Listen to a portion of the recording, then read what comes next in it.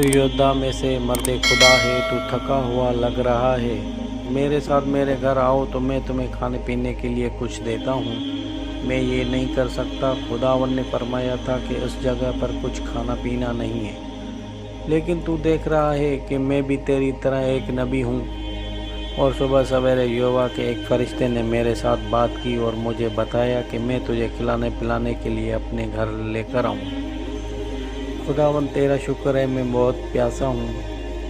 یہ ایک عمدہ کھانا ہے، لیکن اب مجھے یہودہ کے سفر پر نکلنا چاہیے۔ یہوہ نے فرمایا ہے، کیونکہ تو نے یہوہ خدا کے حکم کی فرما برداری نہیں کی، بلکہ اس جگہ سے کھایا اور پیا، تمہارا مردہ جسم اب یہودہ میں واپس نہیں جائے گا اور اپنے خاندانی قبرستان میں دفن نہیں ہوگا۔ ابا جی، بیٹے نے کہا، آپ پیشن گوئیاں کر رہے ہیں؟ کیا خداوند نے آپ کے ساتھ واقعی بات کی ہے؟ ہاں بیٹا، کئی سالوں بعد پہلی دفعہ۔ آپ کا مطلب ہے کہ یہ اب مرنے والا ہے؟ مجھے اسی کا ڈر ہے اور یہ میرا قصور ہے۔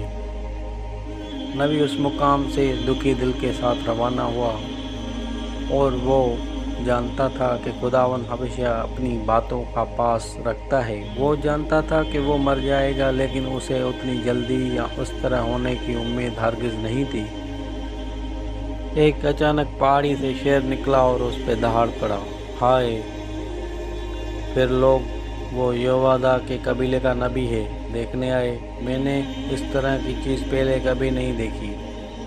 شیر نے اس کو مار دیا، لیکن وہ وہاں بیٹھا ہوا ہے اور اسے کھانا کھا نہیں رہا۔ ویسے یہ بات بھی بہت عجیب لگ رہی ہے کہ شیر اور گدھا اکٹھے بیٹھے ہیں، اور ایسے لگ رہا ہے جیسے کہ وہ اس کے جسم کی رکھوالی کر رہے ہیں۔ جھوٹا نبی مرد خدا کو اپنے ساتھ لے گیا اور اسے اپنی قبر میں، جو کہ بیل کے نبیوں کے درمیان تھی، دفن کیا، اور وہ بالکل اسی جگہ کے قریب تھی جہاں خداوند نے مذبح کو تباہ کیا تھا۔ خدا نے اس کی نافرمانی کی وجہ سے اسے مار دیا۔ یقیناً اس نے جو پیشن گوئیاں کی تھیں ضرور پوری ہوں گی۔ مرد خدا کو دفنایا دیا گیا۔ جلد ہی سوائے چند لوگوں کے سب اسے بھول گئے۔ مذبح کی مرمت کی گئی اور تقریباً 300 برس بعد تک یہ بیل کی پوجا کے لیے استعمال ہوتا رہا، لیکن کسی نے بھی اپنی ہڈیاں مذبح پر نہیں جلائیں، جس طرح کہ مرد خدا نے پیشن گوئی کی تھی۔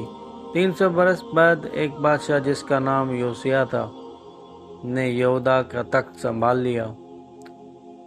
640 قبل از مسیح وہ ویکل میں گیا اور وہاں اسے بائبل کی ایک نقل ملی۔ وہ پریشان ہو گیا جب اسے یہ احساس ہوا کہ لوگ زندہ خدا کو بھول کر بتوں کی پوجا کرتے رہتے ہیں۔ پس اس نے تمام بزرگوں، نبیوں، کاہنوں اور یروشلم کے رہنے والے تمام لوگوں کو اکٹھے ہونے اور اس کا کتاب کو سننے کا حکم دیا۔ لوگ اپنے گناہوں پر شرمندہ تھے اور کتاب کی ساری باتوں کی فرمان برداری کرنے کو تیار تھے۔ لوگوں نے خدا کی شریعت کی فرمان برداری کی اور اس زمین کے سارے بتوں کو تباہ کر دیا۔ انہوں نے ان سارے کاہنوں کو بھی مار دیا جو سورج، چاند اور ستاروں اور آسمان کی ملکہ کے لیے بخور جلاتے تھے۔ اے پاک ماں، ہمیں بچا۔ خداوند کی شریعت جو موسیٰ علیہ السلام کے ذریعے پہنچائی گئی، ہم جنس پرستی سے منع کرتی تھی، اس لیے تمام سدومی اس زمین سے نکال دیے گئے۔